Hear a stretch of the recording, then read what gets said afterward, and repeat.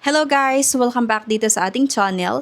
And sa lahat ng mga matagal na nanonood, yung mga silent viewers, sa mga sumusuporta sa akin mula noon hanggang ngayon, maraming salamat po sa inyo. So today's video, medyo personal itong pag-uusapan natin. Hindi kasi ito tungkol sa usual review, hindi ito tungkol sa bagong loan app, at hindi rin ito tungkol sa mabilis na approval o magkano pwedeng hiramin. So this video is probably one of the hardest video na gagawin ko kasi after ilang days, weeks, months na pag-iisip, finally, di ba, nakapag-desisyonan ko na rin na magsalita tungkol dito. And yes, this is my official goodbye sa pagre-review nga ng OLA or online loan apps. Nung una talaga, ang purpose ko lang naman, kaya ako nag-start mag-vlog tungkol sa mga loan apps na para magbigay ng awareness. Gusto kong makatulong. Gusto ko na i-share yung experiences ko. Gusto kong mag-warning sa mga tao tungkol sa mataas na interest, yung mga hidden charges, harassment, at yung mga kung ano-ano pang ginagawa nga nung iba't ibang mga OLA. Kasi aminin natin, maraming Pilipino ang desperado talaga kapag kailangan ng pera. And kapag may emergency o kapag may pambayad or kailangan ng pambayad ng tuition, kapag may sakit sa pamilya o di kaya kapos sa budget, at dahil madali mag-apply online, maraming natutukso. Kaya sabi ko noon, sige, gagawa ako ng reviews para aware yung mga tao. Pero habang tumatagal, may na-realize ako na habang nanonood ako lately ng mga videos ng mga nai-stress, yung mga umiiyak dahil sa utang, yung mga hinaharas, yung mga nade-depress dahil sa OLA, parang may bumibigat sa pakiramdam ko at minsan naiisip ko na, paano kung isa sa mga videos ko yung napanood nila? 'Di ba? Paano kung dahil sa review ko, na curious sila? Diba? Paano kung kahit negative yung sinasabi ko tungkol sa app, na-introduce ko pa rin yung app sa kanila? At doon ako natamaan kasi aminin naman natin o hindi, kahit negative review pa yan, kapag binanggit mo yung pangalan ng loan app, kapag pinakita mo yung app, kapag sinabi mong mabilis ma-approve, may mga taong matitempt pa rin talaga na subukan at minsan masakit isipin na baka kahit papaano naging parte ako kung bakit nila nakilala yung OLA na yon. So, hindi ko naman talaga intention na manira ng buhay ng tao. Hindi ko gusto na may masira mentally, emotionally at financially dahil sa utang. Pero, habang tumatagal, parang nafe-feel ko na, kailangan ko nang baguhin yung direksyon ng content ko. So guys, let's be honest, maraming OLA ngayon ang sobrang taas ng interest. Yung iba may mga hidden charges, mga processing fee, service fee, late fee, penalty fee, at minsan nuutang ka ng 5,000 pero ang marireceive mo lang nasa 3,500 to 4,000 tapos after ilang araw o isang linggo lang, babayaran mo na agad ng buo with malaking tubo. At parang halos nasa 30% hanggang 45% yung mga charges. At kapag hindi ka nakabayad on time, doon na magsisimula ang stress. Yung text, calls, yung mga harassment, pressure, panghihiya.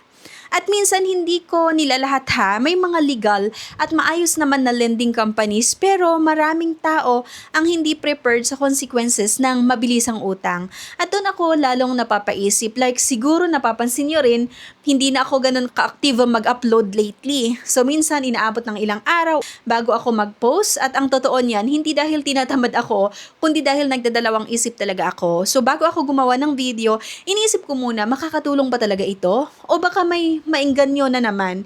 And honestly, emotionally draining siya kasi habang lumalaki yung audience mo, mas mabigat din yung responsibility. At ayoko talagang maging hypocrite, no? Yung hindi ko sasabihin na wala akong naging contribution kasi kahit papaano naging part ako ng community na nag-uusap tungkol sa OLA. At gusto kong maging honest sa inyo, this is not about views anymore. So hindi ito tungkol sa pera. Mas importante sa akin ngayon yung peace of mind. No? At yung ideya na baka mas makakatulong ako sa ibang paraan. So today nga, officially goodbye OLA reviewers, goodbye sa puro online loan app na content, goodbye sa toxic side ng loan app world. So, hindi ko man mabubura yung mga old videos ko, pero moving forward, gusto ko na talagang mag-focus sa mas positive at mas healthy na content. At sana, di ba, maintindihan nyo, no? And now, hello nga to a new chapter. Mas gusto ko na mag-focus sa bank loan tips, yung mga financial education, paano maging wise sa pag-utang, paano mag-build ng magandang credit standing online, yung mga pagkakakitaan, side hustles, freelancing tips, budgeting, savings, mindset, faith, personal life experiences, real life lessons kasi gusto ko naman na yung content ko hindi lang tungkol sa utang. Gusto ko rin na makatulong sa pag-ahon, hindi lang kung saan ba uutang, kundi paano makakabangon. And yes, babalik na rin ako sa pag-assist ng mga gustong mag-apply nga ng bank loan. Pero this time, gusto kong ayusin muna lahat ng maayos, no? So, ayusin ko muna ulit yung codes ko kasi matagal na rin hindi nagagamit. So ayan, ayusin ko muna nga yung codes ko sa bank kung saan ako accredited.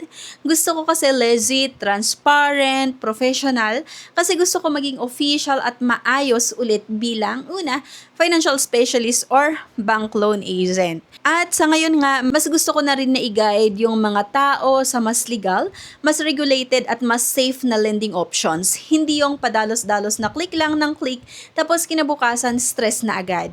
Kaya nga sa mga followers ko, maraming salamat talaga and sa mga naniniwala, sa mga sumusuporta at sa mga nagme-message, sa mga nagsasabing nakatulong yung videos ko, thank you so much. At sa mga nasaktan, na-stress o nagkaroon ng bad experience sa OLA, I sincerely pray talaga for your healing and recovery. So hindi madali ang mabaon sa utang, hindi madali ang ma-pressure, pero sana wag kayong mawalan ng pag-asa. Unti, one step at a time, makakaahon din kayo. And gusto ko lang sabihin ito, lalo na sa mga nanonood ngayon, please, huwag basta umutang dahil lang madali mag-apply. Always ask yourself, kailangan ko ba talaga ito? May pambayad ba ako? Emergency ba talaga? O temporary relief lang ito na magiging mas malaking problema later? Kasi minsan ang mabilis na pera, mabilis din magdala ng problema.